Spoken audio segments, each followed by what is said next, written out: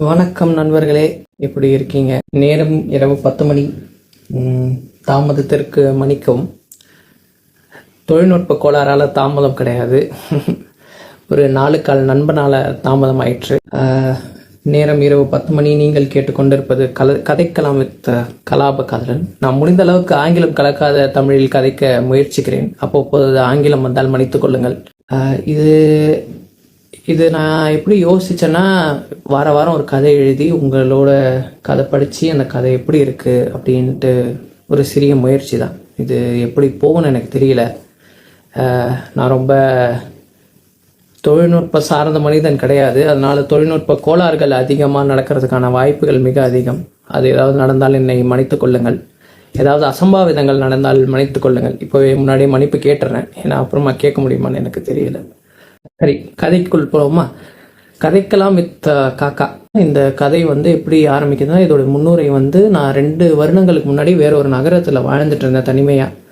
அப்போது என்னிடம் நண்பர்கள் கிடையாது, என்னை சுற்றியுள்ள அன்பர்கள் கிடையாது, எனக்கு தெரிந்த மனிதர்கள் யாரும் இல்லை. அந்த ஊரில் வேற்று மொழி, வேற்று உணவு இதெல்லாம் சார்ந்த ஒரு இடத்துல நான் இருந்தேன். ஸோ அப்போது அங்கே நடந்த என்னுடைய வாழ்க்கை எப்படி மாறியது, நான் வாழ்க்கையை எப்படி பார்க்க ஆரம்பித்தேன் என்று ஒரு யோசனையில் தோன்றியதுதான் இந்த கதை. இந்த கதை உண்மையாக இருக்கலாம், இதில் சில கற்பனையும் கலந்தது உண்டு. ஆனால் முழுக்க முழுக்க எல்லாமே உண்மைன்னு சொல்லலாமா அப்படின்னு எனக்கு தெரியல.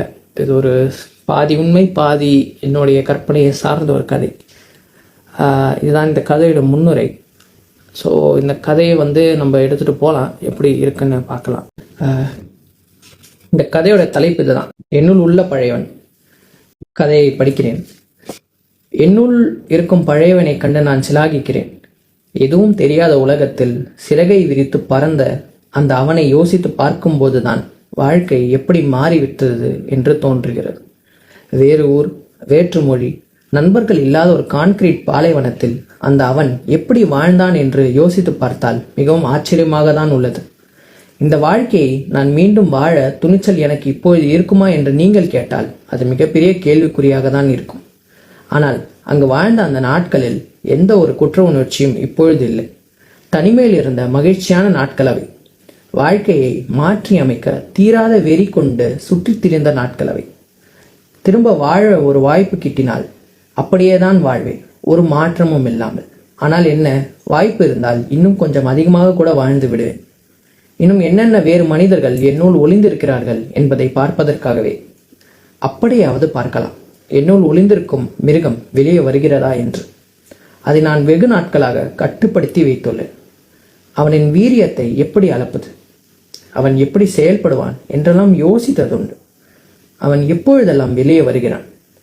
நான் என் நண்பர்களிடம் கோவப்படும் போதா, இந்த கவிதைகள் கதைகள் எழுதும் போதா? இந்த கற்பனையை நான் எத்தனை நாட்களுக்கு தான் கடத்துவது? அவனை ஒருமுறை கண்டுவிட்டால் இந்த குழப்பம் தீர்ந்து விடும் அல்லவா? பின்னர் நான் எந்த அச்சப்படவும் தேவையில்லை அல்லவா?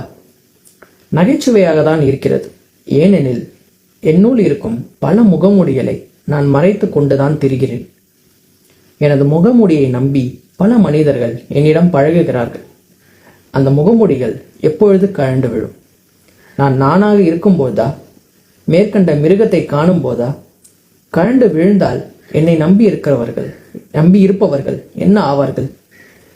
இந்த கேள்விகள் எதற்கும் என்னிடம் இப்பொழுது பதில் இல்லை. இதை எண்ணி எண்ணி கழியாத இரவுகள் பல அந்த நகரத்தில் கழிந்தன.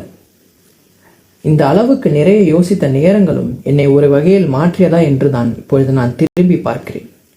நாட்கள் கடந்து விட்டாலும் வயது கூட கூட வாழ்க்கை அழகாக இருக்கும், பாடங்கள் கற்போம் என்றெல்லாம் சொல்லுவார்கள்.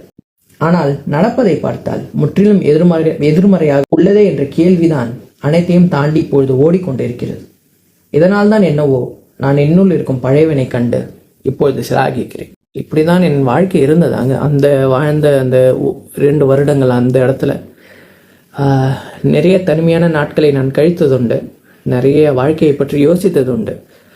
அதனால் கூட நான் அந்த 2 ஆண்டுகள் என்னை ஒரு வகையில் என் வாழ்க்கையில் மிகப்பெரிய மாற்றத்தை கொண்டு வந்தது என்று நான் இப்பொழுதும் யோசித்து கொண்டுதான் இருக்கிறேன்.